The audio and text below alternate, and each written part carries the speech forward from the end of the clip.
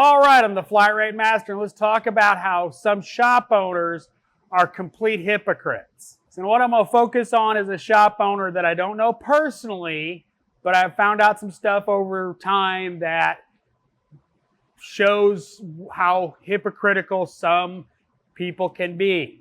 Not deriding anybody's religion, but think about the preacher who gets up on the pulpit and talks about the you shouldn't drink, you shouldn't cheat on your wife, you shouldn't lie, steal, and he does all those things.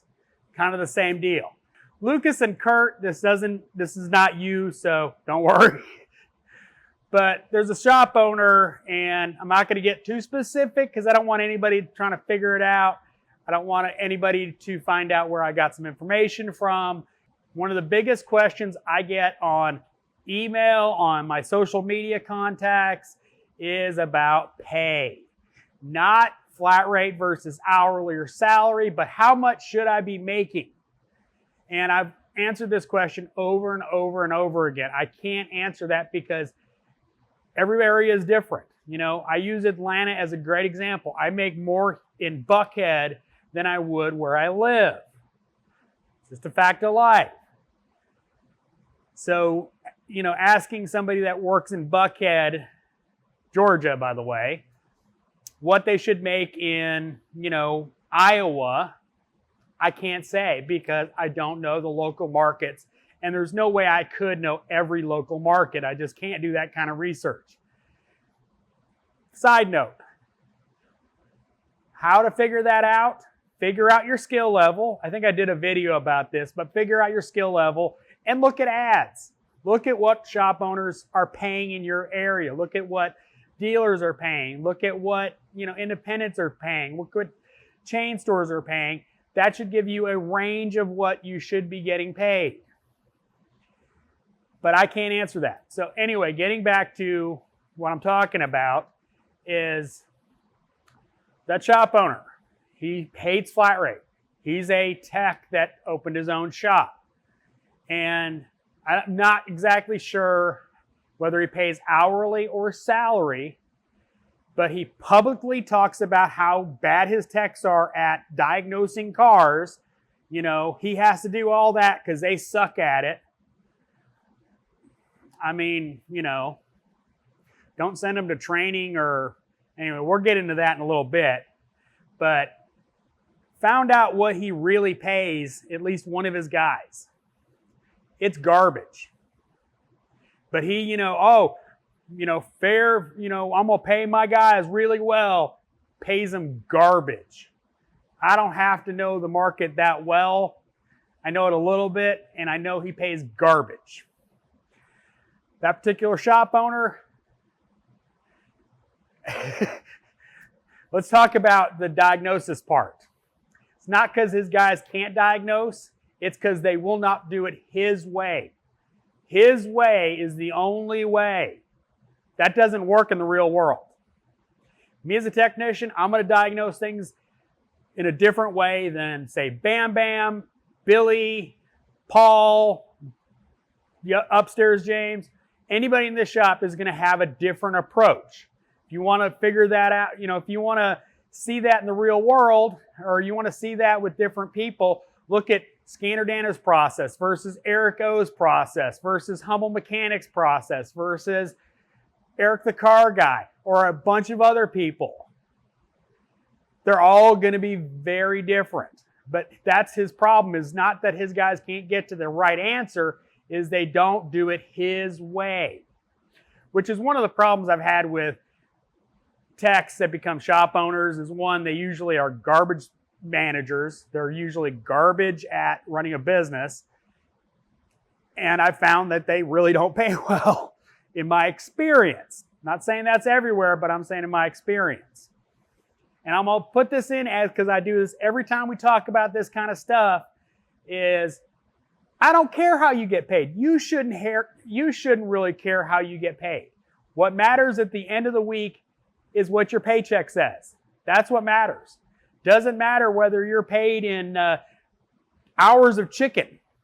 At the end of the week, what your check says is what matters. So whether it's hourly, flat rate, salary, hourly with a bonus on parts, hourly with a bonus on hours, hourly with a bonus on hours billed, overall shop efficiency bonus, whatever. It's what matters at the end of the week is how you get paid.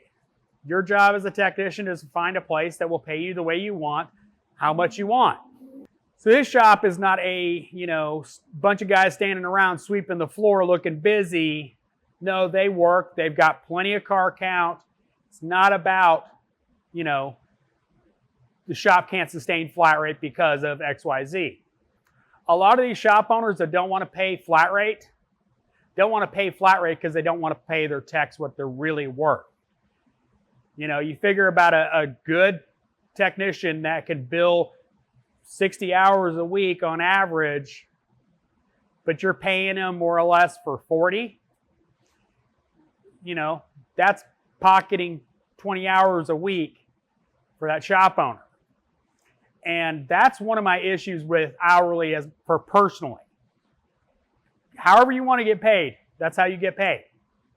This isn't a hourly versus flat rate discussion in reality. This is about a shop owner who uses a pay system as an excuse to underpay his technicians.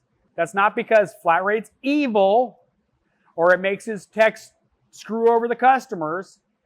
It's because he wants to underpay his technicians. He doesn't want to pay based on what they produce. He wants to pay them as little as possible. And I've made this point before on this channel. A lot of shop owners that pay hourly or salary do it so they can, pay less. Oh yeah, I'm getting a paycheck every week. And the point of this video is I want everybody that's a technician to make the money that they're worth, to be valued by their shop and be paid what they should be. Again, I don't care how you get paid. It ain't my paycheck. I care about the technicians in my audience making the money that they should be based on them being a professional technician.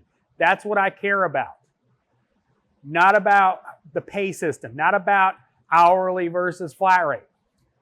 Get paid how you want. I want you to make the most money you can, and you need to understand that. Just because a guy goes, oh yeah, we're family here, it doesn't mean he's going to pay you what you're worth. Let's say you're talking to a shop owner about going to work for him. Don't ever tell him what you're currently making. You're showing your hand. You're going, this is what I make. If you beat it by a little bit, I'll come work for you.